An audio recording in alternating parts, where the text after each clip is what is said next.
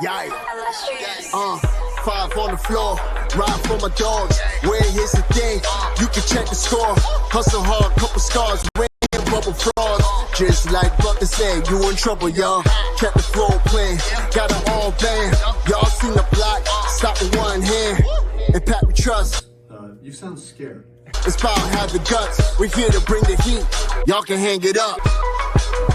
Welcome to 5 on the Floor, a daily insider show on the Miami Heat and the NBA, featuring Ethan Skolnick, Greg Sylvander, Alex Toledo, Brady Hawk, and others from the 5 Reasons Sports Network. Also, make sure to subscribe to Off the Floor for the most heat anywhere.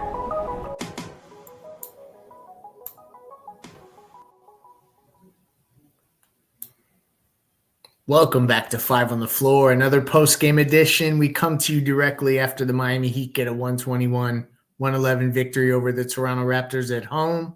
Tonight's floor plan, I am your host, Greg Sylvander, but with me we have Eternal Bast, we have Sean Rochester.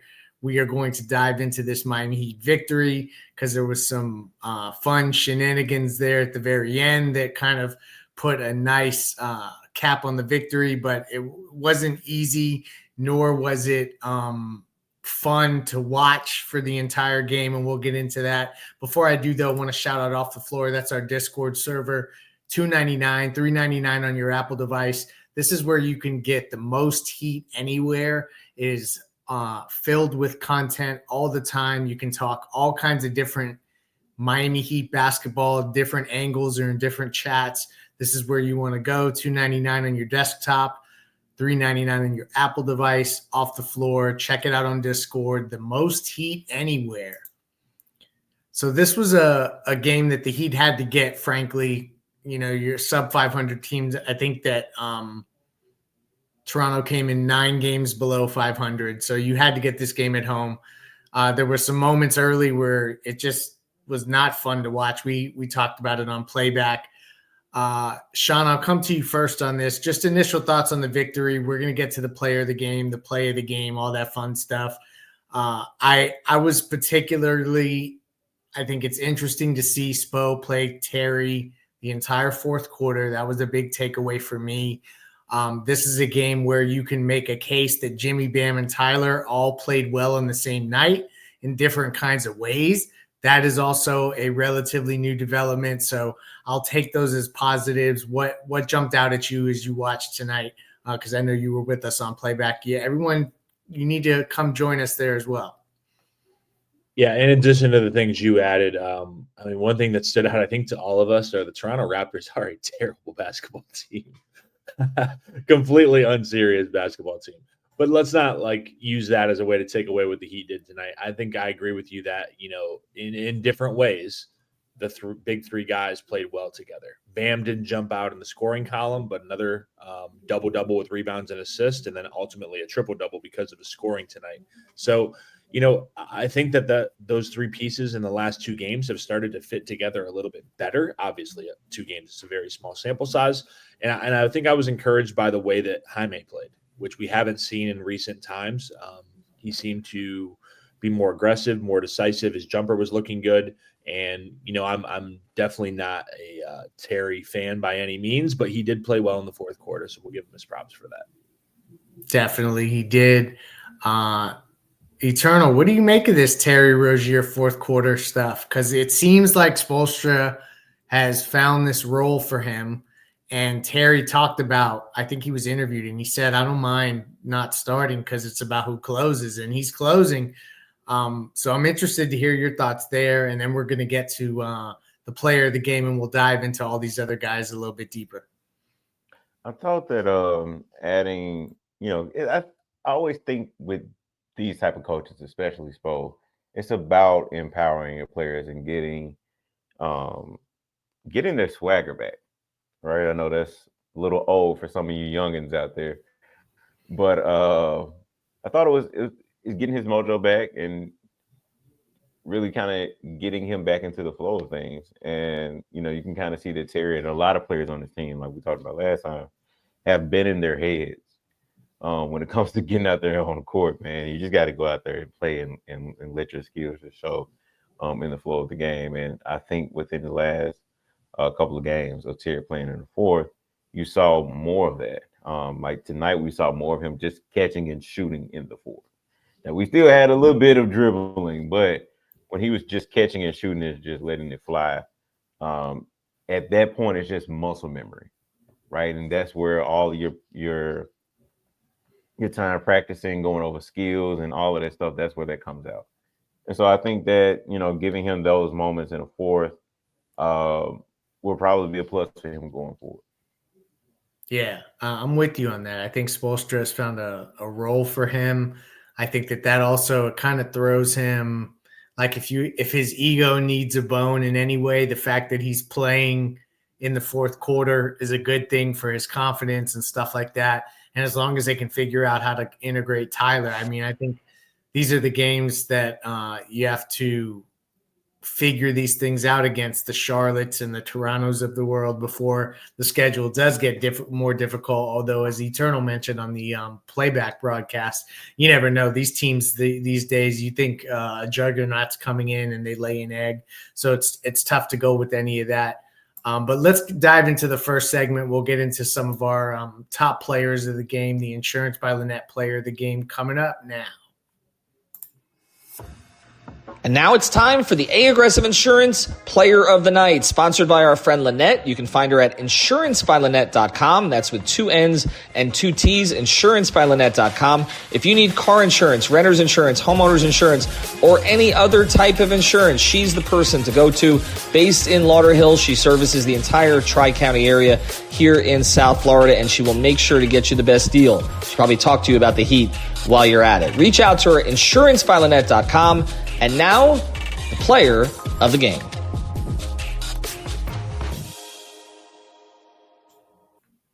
So you got a few options here. Jimmy was 8 of 14, got 26 points, 8 of 9 from the free throw line, 2 of 4 from 3, 6 assists, 2 rebounds, 2 steals. In 36 minutes, Tyler Hero was 8 of 18. That's, not as efficient as we'd like, but still had some big moments. And then Bam Adebayo with the triple-double, 14, 10, and 10. Eternal, I'll come back to you. Of the guys out there tonight, I feel like we should probably be objective and just give it to Jimmy. But since Bam got the triple-double, it's made me flinch a little bit. But is Jimmy the player of the game tonight? How about we do what they did at the All-Star game when Kobe and Shaq both won MVP? And I think you could give Jimmy and Bam Sean's face. I think you should give. I feel like this is shout out to our guys at Locked On Heat. Like this is the credit cookies. Like we're fighting over who's getting But I think you really have to give it to both of them. Like they had their moments where everybody was bad in the first half, even though it was a competitive game. I'm using air quotes for those listening, but it was a bad game. But Jimmy and Bam had their moments, and they were able to both combine with efforts to get them to win tonight. And also, too, you got to give it to both of them because Jimmy helped Bam get that triple-double. Bam doesn't get that 10th rebound if Jimmy doesn't take a sacrifice shot. So shout out to Jimmy being a good friend and a good teammate. Yeah, and you know what? Let's just dive right into that.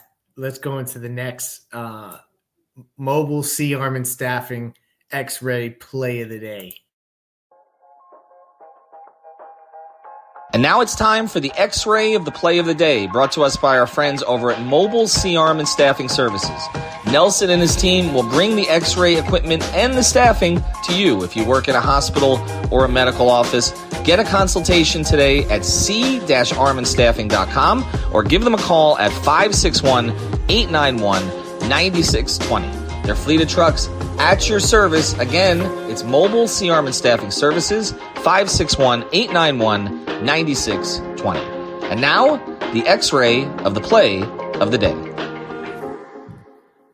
I promise we'll dive into something that's a little more meaningful, but I do just want to shout out with 6 seconds left, Jimmy Butler did miss a 14-foot jumper, as Eternal referenced, which Bam Adebayo was able to secure the offensive rebound, secure the triple-double. Friendship wins again. That was the play of the night because there was a lot of ugly basketball played earlier than that. Sean, I'm coming back to you on a guy you mentioned earlier.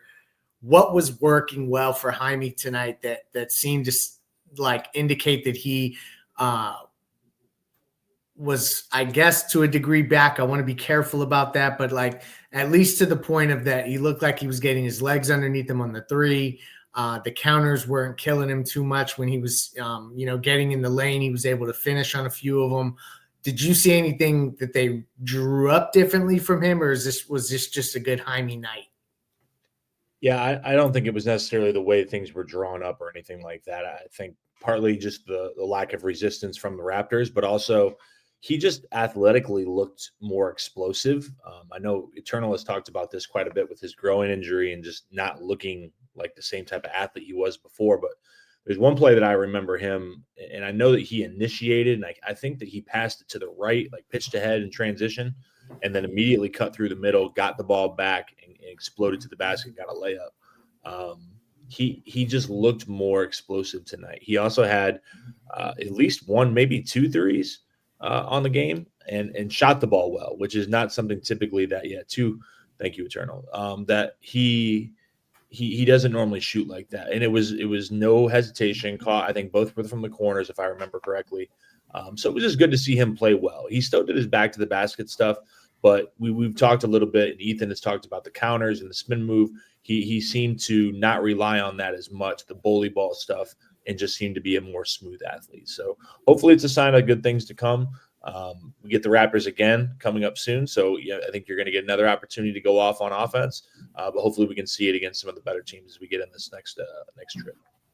Yeah, they got to get this next one even in Toronto. I understand that's a long ways to go, but this team is bad, the Raptors, and they are playing to lose for the most part.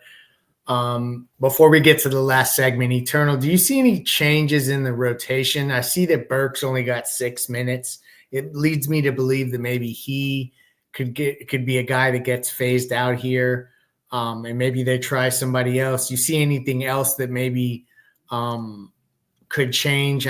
Maybe not specific to just the game against Toronto, but just going forward.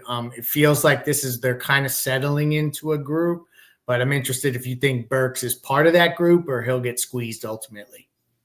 So I have a fun exercise for everybody that's listening and everyone that's watching, whether you're watching on our YouTube or whatever else. Take a quarter, go outside, flip it up, and guess which one is going to be that lands in your hand. You do that 3 times, you got a better chance of figuring that out than you do this rotation. I swear to God, you're just not, like, as anybody that has followed this team knows, Spo is still in the process of like tinkering these things, and the mastermind of Spo and that coaching staff, they got some guys on the team like Nico, for instance, went through training camp, started. But there were some things they obviously wanted Nico to learn. He's not getting minutes right now. Got a game winner for them. Like, hey, bro, sit on. You're out of the rotation because there's some stuff we want you to get in your head before you get on this court again. Like, where got minutes the last couple of games, didn't get it tonight. Like, there are going to be guys that go in and out of the rotation where you may have a lock. You may think Pella is going to stay in the rotation. You may think Burks is going to, you don't know until Sean, after All-Star break, that's when you're going to know what the rotation is. And even then, it could be totally different. Spoelstra uses guys in waves too throughout a season, and he'll ride a hot hand, even if it's a combination that he thinks works. Even if the metrics tell you it doesn't work, he'll still go back to it. So I think you're right about that. I do think that this Terry off the bench, but playing in the fourth quarter, I'm interested to see what happens when they play good teams and they have to do that, and what that looks like, and if they're able to continue to go to it. Because it seems to be the best way to bridge the gap between phasing Terry and Tyler completely out together and finding a way to keep them on the court together. So that's something to watch. Let's get to the last segment, defending the house. I got a stat that jumps out at me. We'll go around, just do a quick round table on the defense and close out as the Miami Heat do get a 10-point victory at home tonight. Again, this is Real Estate Shops defending the house. And now it's time for our Defending the House segment, sponsored by our friends over at The Real Estate Shop. You can find them at realestateshopfl.com. That's with 2 P's and an E, realestateshopfl.com, or at the Fort Lauderdale Realtor on Instagram. This is Javier Iglesias and Amanda Martin. They help buyers and sellers in real estate. They're nimble and protective of their clients. They service the entire Tri-County area. That's Miami-Dade, Broward, and Palm Beach counties with a proven on-market strategy. The Real Estate Shop sellers earn the most money in the shortest time frame because Amanda and Javier have a deep understanding of the local market. So check them out. Again, it's at the Fort Lauderdale Realtor on Instagram, realestateshopfl.com, or give them a call at 954-268-9812. And now, who defended the house? Collective effort. I wouldn't say this was a zone-heavy game, although I can't confirm that via data. It just eye test. The big one I'm calling out is on 18 Toronto turnovers, 10 steals. I mean, that's a good number. Miami's keeping their turnovers down. Any night that they can get 10 steals, that's a good active defensive night. So that's the number that jumps out at me for defense. Sean, any other numbers that jump out at you? I know you have a really shocking 3-point statistic we want to get to, but anything on defense that I missed, just even if it's not a stat, anything that jumps out at you before we go to Eternal to close up shop? Yeah, I mean, defensively, at times they did not look great. I feel like they got better as the game wore on. It's not a very good team on the other side. I've said that a couple of times. I'm just not impressed with what the Toronto Raptors did.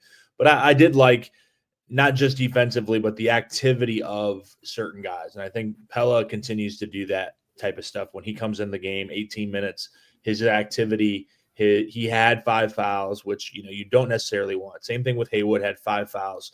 But I think in their roles, it's okay for them to be in foul trouble at times. Like 26 minutes, 18 minutes, like those guys getting fouls, you'd rather them get fouls than Jimmy, Bam, Tyler, etc. get fouls. So I liked what they did, and it seemed to limit while Scotty Podol and RJ Barrett all got over 20.